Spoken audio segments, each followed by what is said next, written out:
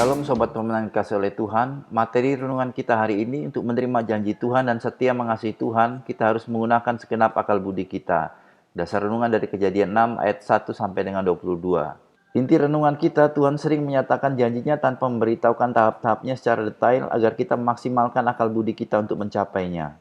Sobat Pemenang, ada 3 pertanyaan yang perlu kita renungkan hari ini. Yang pertama, apakah yang difirmankan Allah kepada Nuh untuk menyelamatkan Nuh dan keluarganya?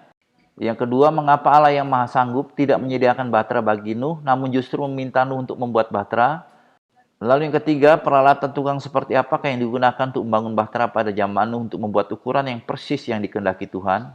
Karena perubahan hidupmu dimulai dari perubahan akal budi.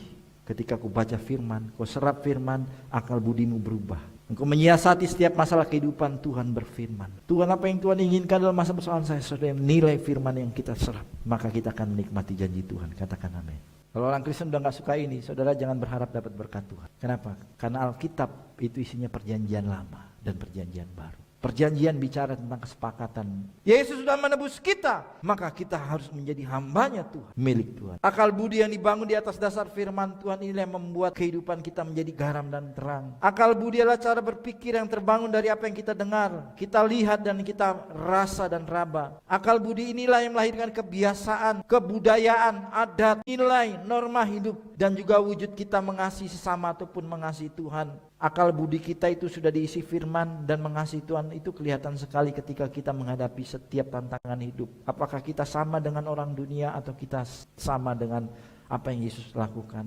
Tapi kalau akal budi belum dipenuhi firman Allah, saudara akan sama dengan orang dunia ini mengambil keputusan. Sobat Pemenang, mengikuti dan meladani ajaran Tuhan Yesus untuk berdoa dengan tidak jemu-jemu, mari kita responi renungan hari ini dengan berdoa. Tuhan, ajar aku dengan akal budiku untuk melakukan firman-Mu sehingga Engkau mendapati jalan hidupku persis seperti yang Engkau kehendaki. Lalu pokok doa syafaat kita hari ini berdoa bagi stabilitas, keamanan, dan ekonomi bangsa kita. Salam pemenang dalam Kristus, Tuhan memberkati. Sebagai persembahan yang